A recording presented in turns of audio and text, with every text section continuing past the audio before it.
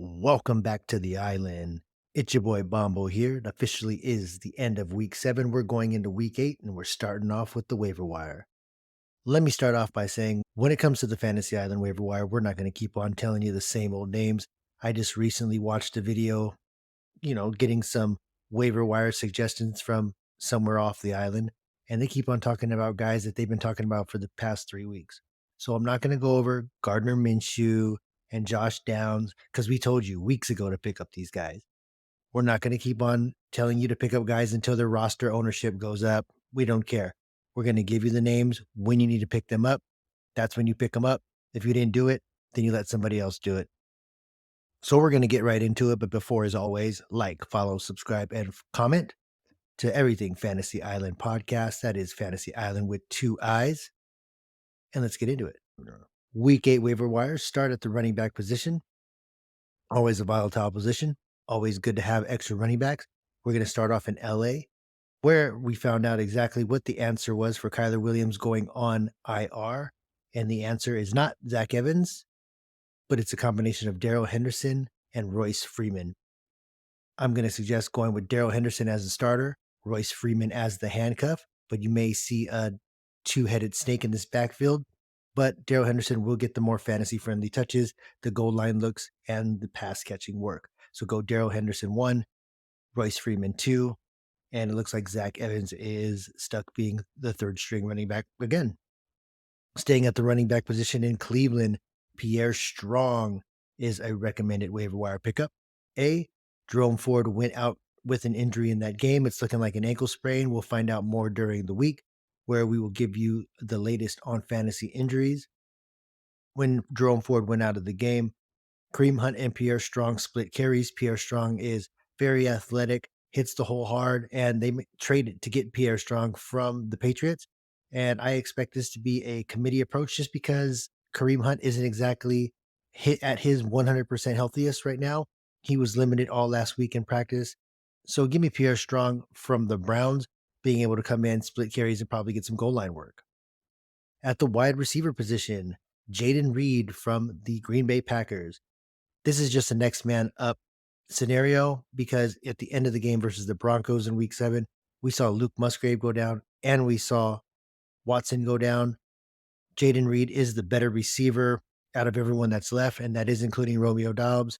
He's just a better route runner, more crisp, more athletic.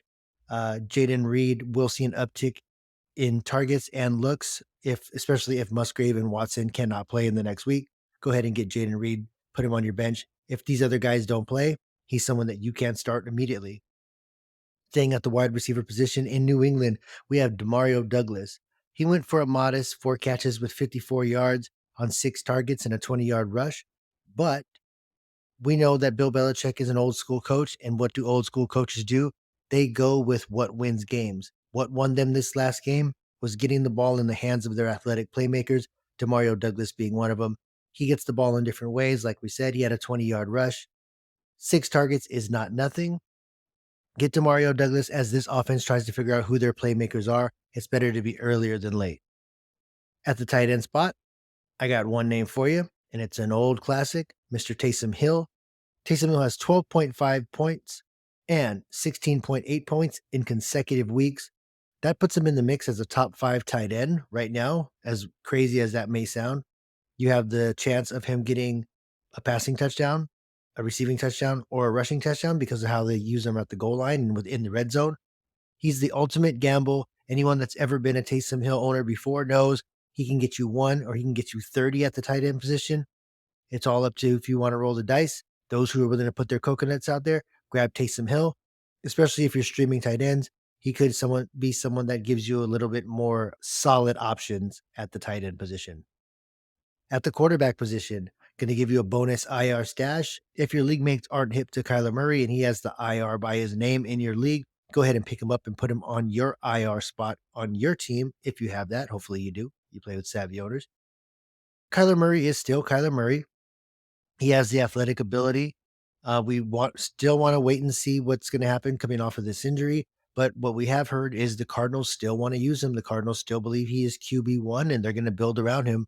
That may just be what they're saying in the media.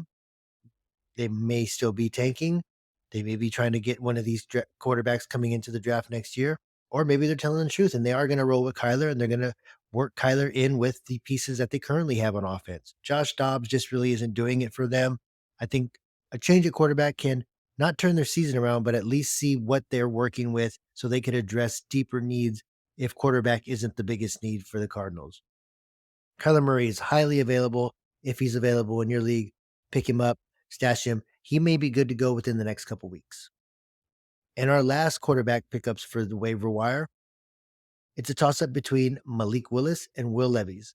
Hear me out.